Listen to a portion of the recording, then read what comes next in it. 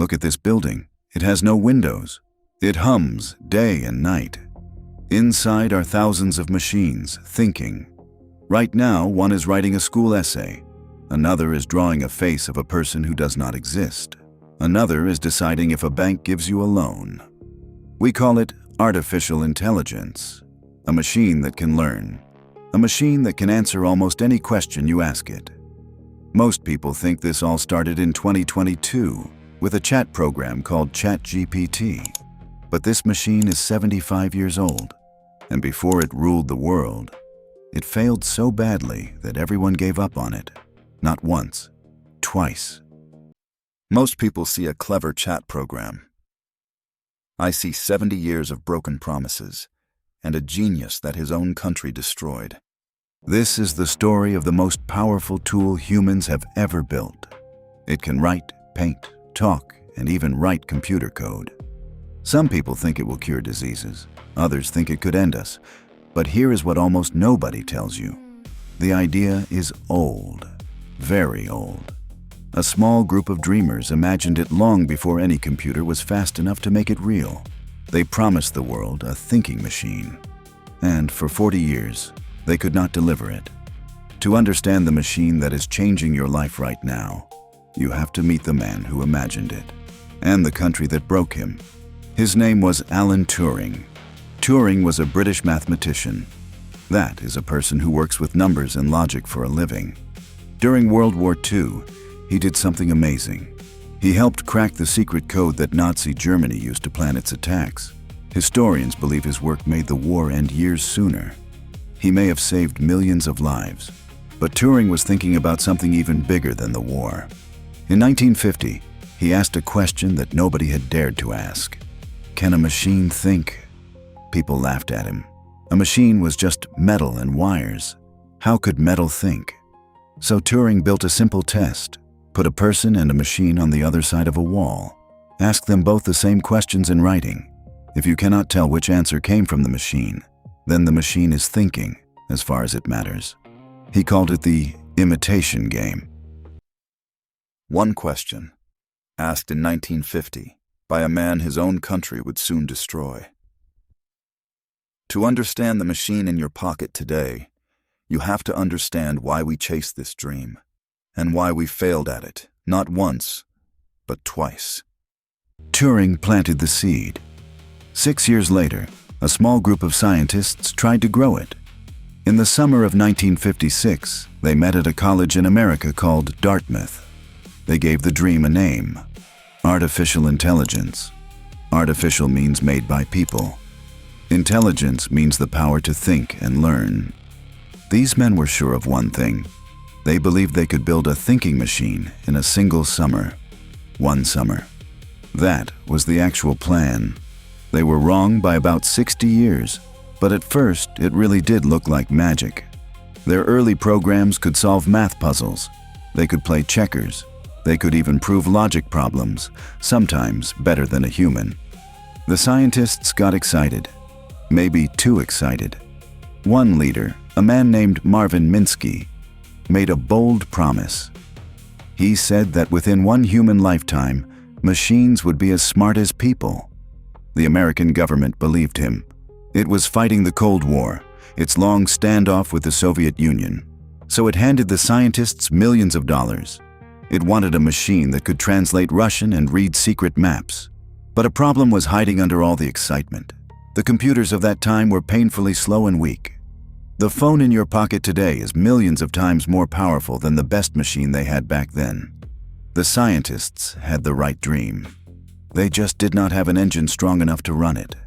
Their programs could solve a tiny puzzle inside a lab, but ask them to handle the messy real world, and they froze. By the 1970s, the promises had piled up high, and almost none of them had come true. The people paying the bills started asking a hard question. We gave you all this money. Where is the thinking machine? The scientists had no good answer. So the money stopped, almost overnight. Labs closed, projects died. Bright young students were told to go study something else. Saying that you worked on artificial intelligence now made people laugh at you. The name had become a joke. Historians have a name for this collapse. They call it the first AI winter. A winter because everything froze and nothing could grow. Remember the shape of this story. A bold promise, a flood of money, then failure and a long, cold silence. It had happened once, and soon it would happen again. But the second time the dream came back, something physical had quietly changed under the surface. And that change is the whole secret. In the 1980s, the dream woke up again. This time, scientists tried a new trick. Instead of building a machine that thinks on its own, they tried to copy human experts. Here is the idea. Take a doctor. Write down every single rule the doctor uses to spot a disease. Then load all those rules into a computer. They called these programs expert systems. A machine that followed thousands of rules. If you see this, then do that. And for a while, it worked. Big companies paid huge money for it. The dream was back. The money flowed in again. Does this sound familiar? But the same trap was waiting. The expert systems were stiff.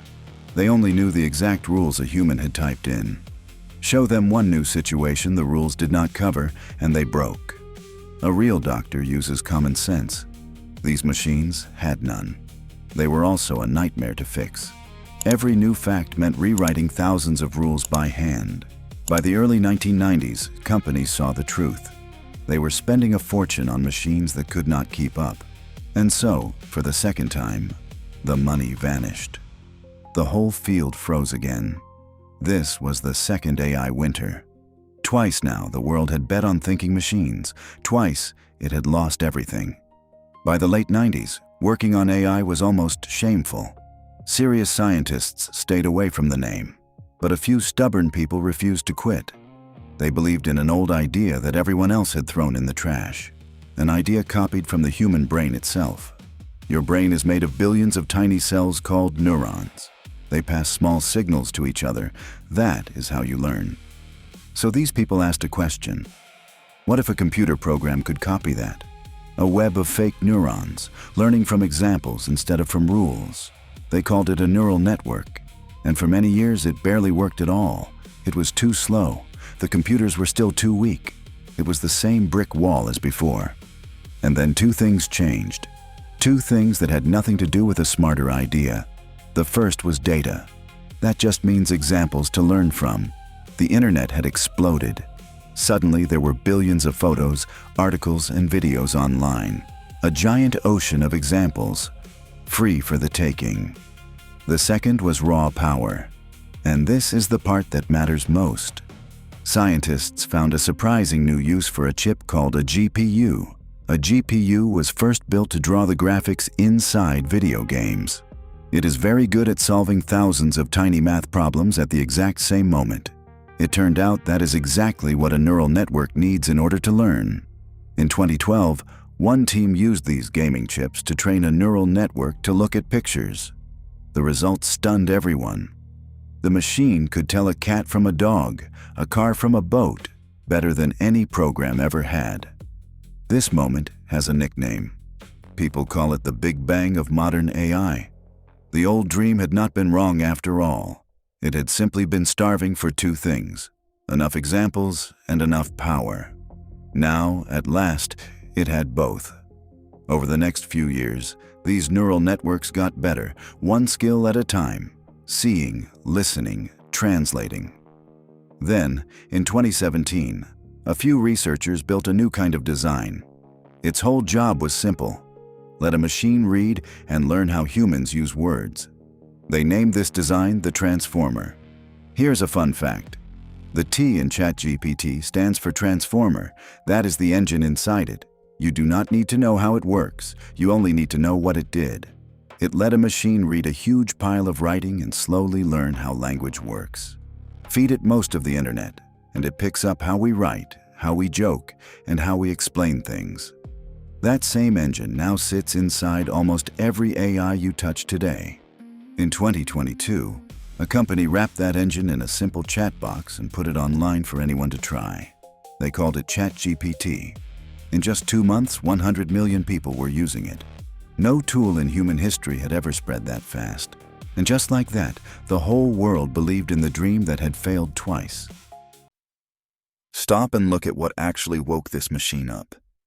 It was not a genius idea. We had the idea back in 1950. What changed was raw power and a mountain of data. So here is the real question. If a mind only needs power and chips to wake up, then it is not about how smart it gets. It is about who owns the chips. This is where the story comes back to the real world and back to this channel. Modern AI runs on those special chips, the most advanced ones ever made, and almost all of them are built in one place, a single island called Taiwan. One company there, called TSMC, makes the chips that nearly every AI depends on. We made a whole episode about why that one island holds the entire world by the throat. But it goes even deeper than chips. To build those chips, you need rare metals dug out of the ground. And most of those metals are controlled by one country, China. We made an episode about that too. So look at the full picture now. The brain of the modern world is software, but that software is useless without chips. The chips need rare metals, and the metals in the factories sit in just a few spots on Earth. Whoever controls those few spots controls how fast AI can grow. This is why the two biggest powers on the planet, America and China, are now locked in a quiet race. It is not a race for land. It is not a race for oil. It is a race for thinking power. America has blocked China from buying the most advanced chips. China is spending billions to build its own. Both sides believe the same thing. The country that leads in AI may lead the world, and all of it traces back to one British mathematician and one question he asked in 1950. But there is a dark ending to Turing's own story, one the world should never forget. In 1952, the British government found out that Alan Turing was gay. Back then, that was a crime in Britain. The man who helped beat the Nazis was put on trial. He was forced to take drugs meant to change his body. 2 years later, Alan Turing was found dead. He was only 41 years old. The country he had saved had broken him. It took almost 60 years for Britain to say sorry. In 2013, the Queen gave him an official pardon. But by then, the machine he had imagined was already waking up. Exactly as he said it would. So the next time you ask an AI a question, remember this. You are not using something brand new. You are using a 75-year-old dream. A dream that failed and froze and clawed its way back. A dream that now sits at the center of a fight between the most powerful nations on Earth. The thinking machine is finally here. The only question left is who will control it, and what that will cost the rest of us. This is Links of History, because nothing happening today began today.